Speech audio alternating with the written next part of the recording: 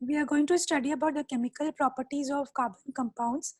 This topic is included in the chapter Carbon and its Compounds in Chemistry, grade 10.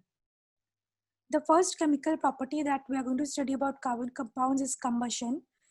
Most of the fuels we use are either carbon or carbon compounds.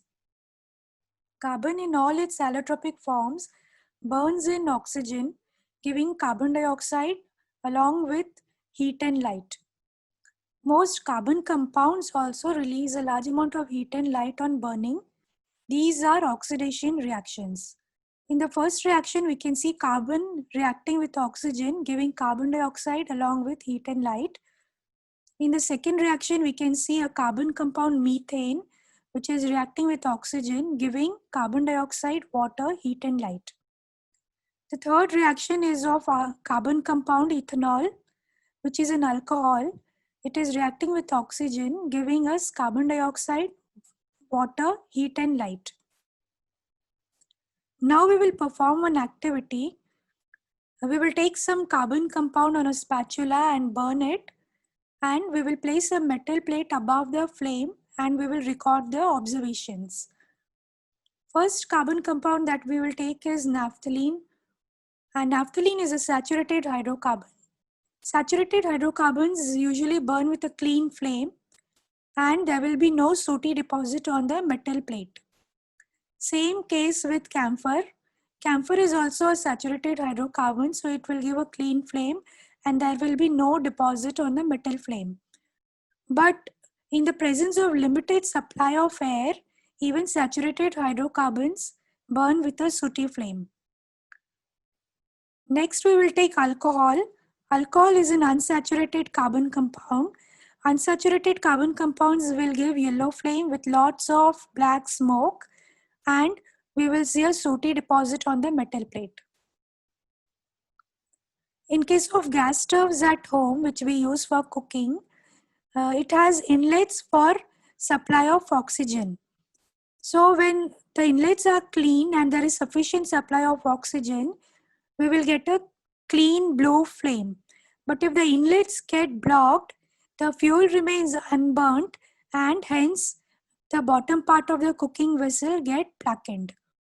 Combustion of fossil fuels such as coal and petroleum containing nitrogen and sulfur leads to the formation of oxides of nitrogen and oxides of sulfur, and these oxides of nitrogen and sulfur act as pollutants in the environment.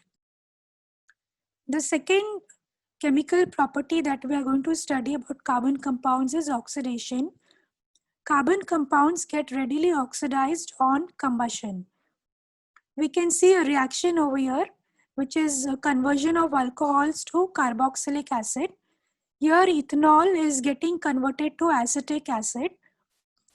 Ethanol in presence of heat reacts with alkaline potassium permanganate or acidified potassium dichromate, giving acetic acid. Next, we are going to study about addition reactions in carbon compounds.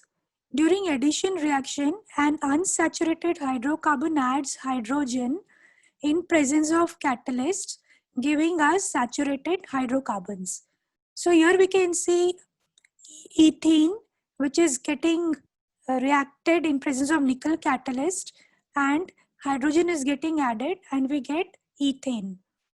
This reaction is commonly used in hydrogenation of vegetable oils using a nickel catalyst. Vegetable oils generally have long unsaturated carbon chains. Animal fats have saturated carbon chains. Next, we will be studying about substitution reactions in carbon compounds. So saturated hydrocarbons are actually quite unreactive and they are inert in presence of most reagents. But in the presence of sunlight, chlorine is added to hydrocarbons in a very fast reaction. Chlorine replaces hydrogen atoms one by one, and this is called substitution reaction because hydrogen atom is getting substituted by chlorine atoms.